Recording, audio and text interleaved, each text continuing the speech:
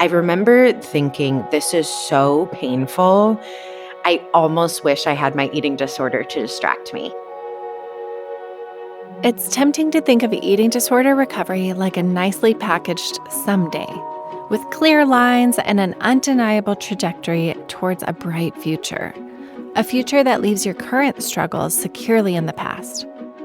But what if recovery actually looks less like a confident arrow and more like an uneven, spiraling staircase? One where you keep encountering the same atmosphere of your current life as you take each step forward.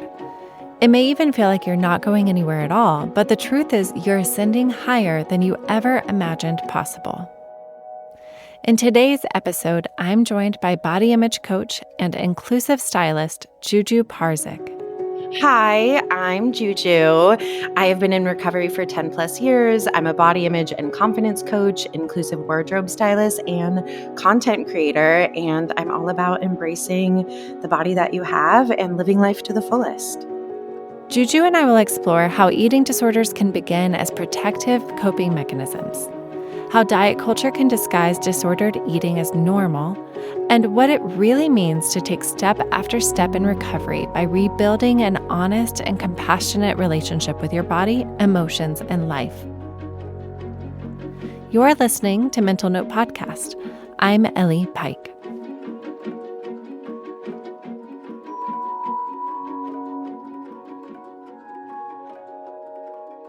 So, Juju, we're really happy to have you on the show. And before we begin, I want to know if there's anything you want listeners to know about as we talk about eating disorder recovery today.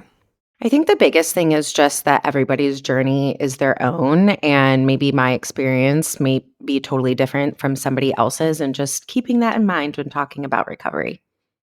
Thank you for being here and for your honesty. So, going back to the early days of your eating disorder that started around, I think you said age 13, would you say that your eating disorder served a purpose? I know that is something that people don't love to talk about, so I'm just going to preface it. I know this is kind of a hot topic. Purpose is interesting. Absolutely. That was something that I kind of came to terms with in my recovery and talking with my therapist and dietitian, was that it served a purpose for a period of time in my life, and it did kind of protect me from some things. And then at some point I realized that this is a really maladaptive coping skill. But absolutely, it kind of was this secret best friend. It was this like something that I felt like was mine. Can you describe what that feels like when you say it was a secret best friend? What did that relationship feel like? So I was getting bullied at the time, and I was going through puberty and my body was changing, and I felt really out of control in my life, and it felt like something that was my own, something that I could control. And when I was feeling really inadequate, really embarrassed, just feeling really insecure and struggling with low self-esteem, it was this kind of secret best friend that felt like it was helping me gain confidence. Obviously, it was a false sense of confidence. And I felt like it was something that I was able to have that felt like I had a grasp on life and like I was controlling what was going on externally. And it was something that just, there were other things going on in my life, like there was some sexual assault. And it just felt like this safe space for me to go to kind of shut everything else out. Yeah, and would you say from the outside, were people aware that you were struggling, or did it feel like it was this invisible struggle? 100% an invisible struggle. My parents actually didn't know that I had an eating disorder until I wrote about it in a blog when I was like 23, 24. And they were very, very shocked. There were other eating disorders within my family that were a little bit more visible, and a little bit easier to kind of like see. And it was something that I very much hid because I didn't want to be a burden to my parents. I didn't want to add more stress to their lives. And so I did a very good job at hiding it. And a lot of people had no idea. Well, and eating disorders are so tricky like that, right? Because oftentimes someone with an eating disorder might be a people pleaser. Like they don't want to Yep. impose anything on anyone else, but it still might be a way to protect oneself. It might be a way to communicate without saying something directly. There's so many functions behind the eating disorder. So it makes sense that no one else would have necessarily noticed. 100%. Yeah, it was something that I did not want anyone to know about, and not even my friends. And it was aware that I struggled with my body image. I was dissatisfied with that, but I don't think anyone had any idea what my relationship kind of really looked like on the inside, especially with like food and my body. Sure. So, what led you to an awareness about your eating disorder and then eventually seeking recovery? I saw a therapist like consistently growing up, but never around my eating disorder. It was something that I honestly wasn't aware of. I knew that I had an eating disorder when I was younger, but at the point from, let's say, like end of high school into college, I was just what I thought was like dieting and being like everyone else. I was just doing what everyone else around me was doing. So I honestly didn't think that I still was in my eating disorder because I wasn't using the behaviors that you would often see when talked about an eating disorder. And so when I sought out a therapist when I was living in LA, I was really struggling with my body image. And I was at that time doing like the 21-day fix from Beachbody. And I remember talking to her and like filling out the form and talking to her about like where I was kind of at. And I was like, yeah, but I don't really think that I have an eating disorder. I just kind of struggle with body image. And she was like, I would beg to differ. And it was kind of this like awakening of like all of these things that I had been doing for the last 5+ years that I thought was, deemed as healthy was actually still very much in my eating disorder. Well, I think that really highlights just how engrossed eating disorders are in our diet culture and praised for being quote unquote healthy, which, if anyone's listening, we are not saying that dieting is healthy here. And if anything, that really becomes like a way to camouflage what's actually happening internally. Yeah. Oh, yeah. So, when did you first notice that the eating disorder voice wasn't running the show anymore? Like, once you started to dig into this idea of, oh, wow, maybe I do have an eating disorder and I do have a therapist to help work with me on this piece. Yeah, honestly, I think once I worked with a registered dietitian and my therapist on this like inner critic to eating disorder voice, and I was kind of able to let what I call my confident self kind of step in and be the ruler of the conversation. Um, I I think the biggest like click or switch for me was when I wasn't manually like and mentally counting all of the food that I was eating throughout the day. I truly never thought that I would be able to almost unlearn all of the calories in food that I was eating all the time because it was such a behavior that I was doing over the years. And I remember like being out to dinner and being like, oh, wow, I didn't mentally tally up everything I was eating for the day. And it was this like, oh, I was able to be really present with like what I was eating. And that was like a really big pivotal moment for me where I was like, the eating disorder really isn't kind of ruling my brain on a consistent basis anymore. I think that is incredible and obviously such a gradual change that eventually you can start to have this like flicker of hope like, wait a second, it's not ruling my everyday, it's not taking over all of my thoughts, and there is hope. Obviously, it's a journey, like you mentioned, with the spiral. And so, leading kind of into the rest of your story, obviously, the only constant in life is change. And we know that. But you encountered some like big traumatic experiences in the last few years. So, first, you and your fiance called off your wedding in 2022. Can you walk us through that season and also like how did you choose recovery in that process? Yeah, that was extremely traumatic. That was something that obviously I didn't plan for. And my whole world was rocked. And at that point, I'm very far into my recovery. I was coming up on like 10 years. And I remember there was this moment in thinking, this is so painful. I almost wish I had my eating disorder to distract me. It was this feeling of, oh my God, this is the grief of this feels too much. And there were moments where I was like so depressed that I couldn't eat. And there were like eating disorder thoughts of like, oh, but maybe you could lose weight and you could like have a glow up. Or, I was like, oh, for me to distract myself, I could download my Fitness Pal and get back into tracking food. And there was this there were moments like that where I just felt like the heaviness of it all felt like too much. I wanted to fall back on my old coping skills, and then I realized like, no, we don't want to go down that pathway again. Like your old coping skills enabled you to numb or to escape or focus on something besides the actual feeling.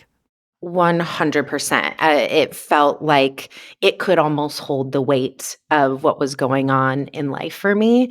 And yeah, I was just like, nope, I gotta sit in the discomfort of this. And we in this lifetime obviously feel so many emotions. And part of the emotions that you were feeling were not just sadness, but like grief, like deep grief that you lost something that you fully expected to have, which was your marriage, right? And your partner. And in grief, I know in times of grief for me, my appetite changes. Yes. And to stay in recovery during that process must be really challenging. And so, can you speak to that piece a little? Because I think that's a really common instance for anyone going through grief or transitions in life. I think there was a part of me that felt a little shameful for even having those thoughts because I was like, God, I'm so far in recovery. Like, how dare I have these thoughts again? And then I had to be like, yo, this is one of the most traumatic things that has ever happened to you. It is only normal that your brain wants to go back to old coping skills that once made you feel numb and once made you feel like the grief and the heaviness of emotions could kind of be lifted. And so I really worked with my therapist at the time of just like sitting in the discomfort of what I didn't like and finding other ways to cope and finding other ways to kind of navigate those feelings, even though in the back of my head there was this like eating disorder chatter. It was like, ooh, Juju, like come back. We could start this all over again. But I just knew that that path wasn't going to lead me down anything, helpful. I've been there before. I knew what that path looked like. And so luckily I was kind of over that bell curve in my recovery where I was like, I don't think I'm going back here. But it definitely was enticing at some moments. What do you think it would have cost you if you had chosen to go back to your eating disorder? Oh my God, everything. It would have cost me all of my healthy relationships with family and friends, the everything that I had worked for in my business, my relationship with my body. It just I feel like everything else around me would have crumbled. So, what do you feel like now that you're not in your eating disorder versus when you did have it? So, when you talk about like sitting with your emotions, that's not something that you had when you were in your eating disorder. Your eating disorder numbed you out and helped you escape. So, what's your experience like now, fully feeling? It's a lot. I'm a very emotional, sensitive human being, and I think for a long time I thought that was a negative thing. I thought that was, something, yeah, that I didn't want to have. And one thing I've really fully accepted is to be human is to feel the full spectrum of emotions, and what a beautiful thing that is. And for me to experience grief means I was also able to experience like the best thing there is, which is love. And yeah, it can be a little overwhelming sometimes, but isn't that life? It's not this just complete avoidance of all of the things that are heavy. So it definitely can sometimes feel a lot, but it also allows me to actually experience things like joy and happiness fully present. So, when you were numbing those emotions that felt negative to you, like grief, sadness, anger, did you notice it was also numbing those feelings of like joy and connection? Absolutely. I wasn't able to be present ever. It's so funny when people talk about like memories from like college and high school and my childhood. And so many of my memories are lost because I wasn't fully present. I feel like my memory back then was horrible compared to what it is now, just because I don't feel like I was fully there because I was preoccupied with my eating disorder thoughts. Well, maybe that's a perfect lead in to, we had a conversation as we were planning this podcast, and you shared about how your father had an instance where he was really sick when you were in your eating disorder. And then in more recent years, he also had another bout with his health. And can you share your personal experience of being with him in both of those situations while you were one, in your eating disorder, and two, actually in recovery?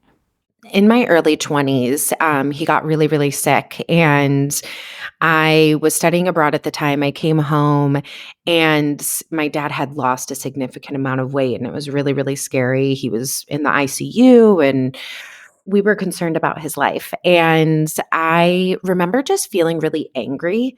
I was really angry. I wasn't really present. I feel like I couldn't really sit with the fear that I was feeling at the moment. And I remember just feeling really distant. And I actually got into like arguments with my parents at the time. And fast forward to this was the end of last year, I moved home for a period of time, and my dad had gone through an amputation. And I remember like sitting with him in the hospital, and I like actually helped clean his wounds and spent so much time like watching Seinfeld with him and really just connecting with him. And while I felt deeply, deeply fearful of his life and his health, I felt like I was actually able to be really present with him. And like it makes me tear up even like thinking about like just how much I love my dad. And I think that that was what I was feeling back then, that I was like so afraid to feel, that my eating disorder was kind of like hiding from me, was you really love this man and you really don't want to lose him. And I just kind of like avoided that. Whereas this past experience, I really allowed myself to be like, I really love my dad so much. And because of that, that's why I'm feeling so fearful. But I was also able to just be really present in the moments with him while he was in the hospital. I really appreciate you sharing that story because it's so meaningful that you're able to connect the fear with what you actually value. And for you, it means that you actually value love. Like you value that relationship. And therefore, that's why it's painful and that's why it's so hard. And so to be able to see the flip side of the coin is incredibly meaningful to understand the purpose behind why you're feeling what you're feeling. Absolutely. Yeah. It was very overwhelming to be like, oh my gosh, I love my dad this much. And Yeah. how beautiful. Right. How beautiful. And it's not something to run from, but it is something really hard to sit with. Absolutely. So, when you talked about really learning different coping mechanisms to use instead of eating disorder behaviors, can you give me some examples of what those are, even to this day? Yeah, honestly, I think slowing down for me, I'm someone I have ADHD, and my mind and my body and everything moves a mile a minute. And I know that when I'm wanting to feel a little avoidant, I tend to kind of fill my life with things. And when I can feel my emotions bubbling up to the surface, it's honestly just looks like slowing down and like sitting and doing deep breathing. Going to therapy, spending time outdoors is probably one of the best ways for me to like cope with just kind of what's going on in the world, to like physically touch grass. But I think the biggest like thing for me was just like slowing down and sitting with my emotions, watching my emotions instead of just like getting lost in them. I think that's incredible. And I imagine, I don't know, you can definitely tell me I'm wrong here. But one of the little things that you might look out for if you're starting to go down a road of like, what if I went back to my eating disorder? One of those things to pay attention to might be avoidance, because it sounds like your way of coping now is to not avoid, to give yourself the space to slow down and actually feel. So if you go too fast and start to avoid those, is that something that you start to notice like, uh-oh, I'm avoiding? Absolutely, and it comes out in so many, like, other ways. I'm usually pretty irritable. I can tell when I'm feeling avoidant or I'm not wanting to be confrontational, or there's something it's gonna find its way out. So usually that means I just need to slow down and be like, "What's going on in my brain right now? What am I feeling in my body?" And usually it's just honestly asking myself, like, what do you need right now? I think I avoided that for so long. Like, what does Juju need and how can you take care of her? I think that that's really beautiful. You know, when you feel like your eating disorder voice is getting louder and louder, like, for example, during a transition or a breakup or a family crisis, what do you wish that our listeners knew who might be in the same situation? What would have been helpful for me is this is so normal. If you had an eating disorder for a really long time, like myself for 10 plus years, and that was like your way of coping, it is only natural that during a big crisis, when something traumatic happens, that voice might try to kind of slither its way in. And to one, know that that's not shameful, and to talk about it, to be vocal about it, to talk to your support team or system about those feelings that are coming up, and to really just know that that's kind of part of recovery. There was part of me that was like, I'm past this, this shouldn't be happening. And I really just had to give myself a lot of grace and compassion for that season that I was in, and knowing, hey, this is just part of being human, and you've overcome something that a lot of people struggle to overcome. And, this is only natural that your brain is going to come back to those spaces to try and feel safe. But you're safe, you're okay. And sometimes we need to go back to the basics when it comes to recovery. And that's kind of what I needed to do. I feel like you're coming full circle, right? Back to what you said at the beginning is your story is unique. Everyone's story is unique. And I appreciate, though, that there's this commonality. Like, yes, you're normal. It's okay that you're having these thoughts. That's really normal. Like, nothing is wrong with you because you're having these thoughts. Your brain is just like trying to survive. And there's also support, right? Whether that's therapy or treatment or working with a dietitian or free support groups, right? Like, there are tools that folks can access. And so we will certainly link to our support groups in the show notes so that everyone has a free resource they can tap into. And I think what's so unique about those support groups is just knowing that it's not a unique situation to struggle, and that's okay. We can do it together and we can support each other. So my last question for you, Juju, is what does choosing recovery look like today? Not once, but like daily. What is your daily rhythm that keeps you in recovery?